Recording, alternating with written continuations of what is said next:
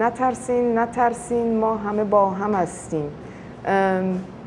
It says, don't be afraid, we're all together. And for the first time, as long as I can remember, and as far as I can tell, at least in the last 30 years, the solidarity amongst the Iranians in Europe and America is as big as it is. Yesterday it was really impressive. So many people came out and expressed their solidarity with the people in Iran.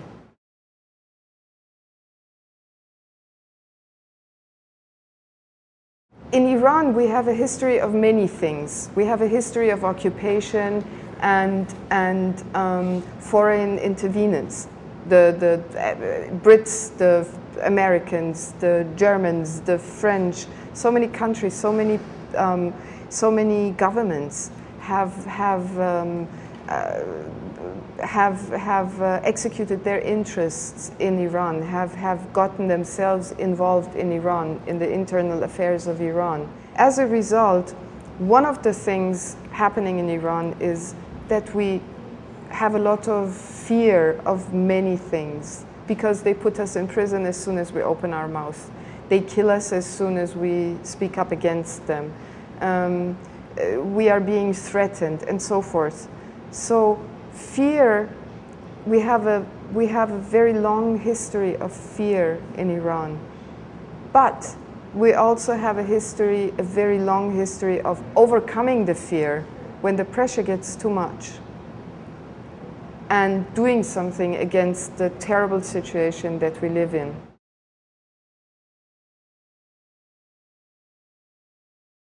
"75% of the population are young.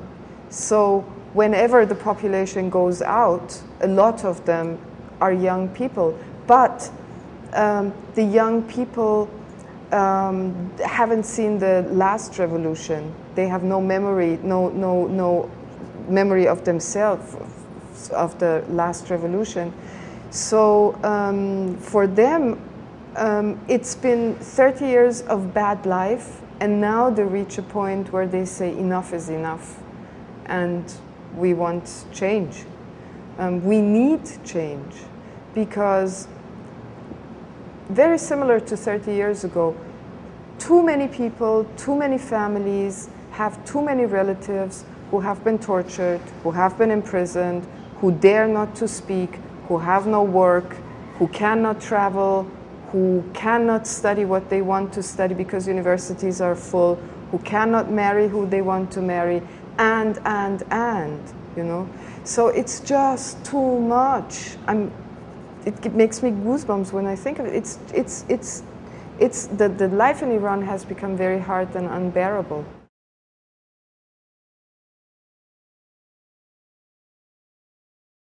I think it's the history of occupation also. It's a result of occupation, because we never had the chance to develop our own style, if you wish. And by style, I mean social ways of walk, political ways of walk, even economical ways of walk, even the nuclear plant that everybody is talking about now was not an Iranian thing per se. It was sold to us. It was recommended, if you wish, by the foreign countries. And the Shah said, yeah, that's modern. Okay, fine, we'll take it, you know. And he had the money, no deal, no big deal. He paid for it. So, yeah, Iran has always been, Iran's fate has always been determined by foreign countries until 30 years ago. As you know, 30 years ago, the Shah was thrown out. With him, about 100,000 Americans who had military, advisory, secret police, and so forth jobs in America. Everyone left. Everything was closed down. Iran was left alone and had to find its own ways. It even found a way to continue building the nuclear plant. The rest of the story is almost history.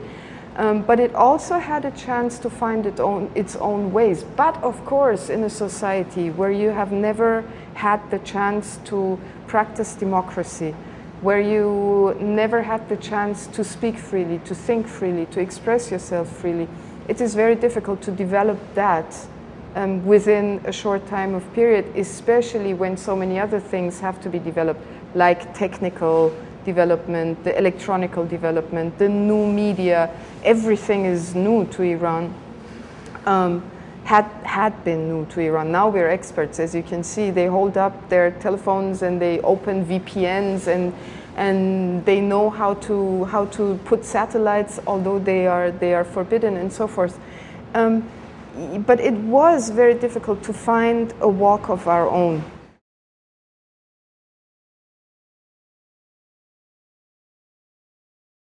I wished I could be there on one hand.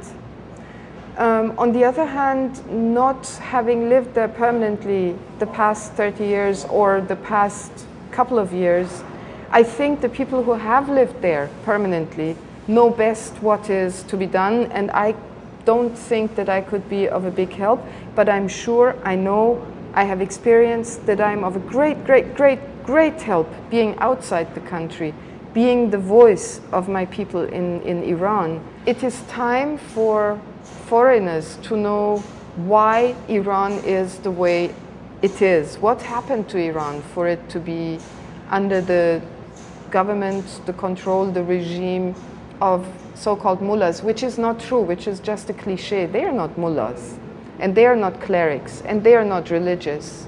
Religion is being functionalized.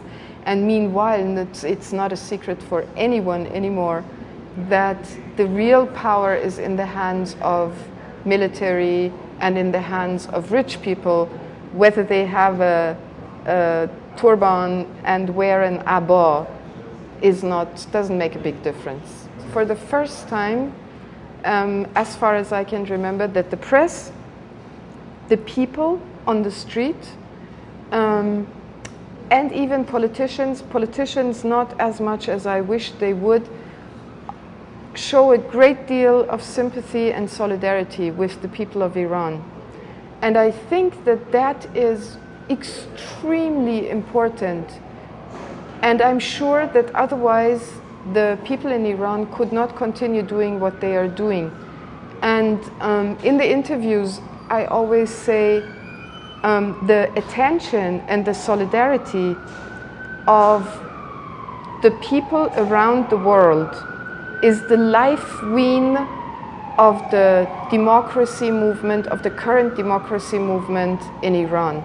It's really as if, like, if we stop looking what's going on in Iran, if the young people around the world stop giving their VPNs and their sites and their channels and whatever they give, their attention to the people in Iran, it's like cutting a lifeline, like cutting a vein. And I'm very hopeful that they continue, that you will continue watching, paying attention to Iran and showing, expressing your solidarity, so that this time the democracy movement can continue and achieve positive results.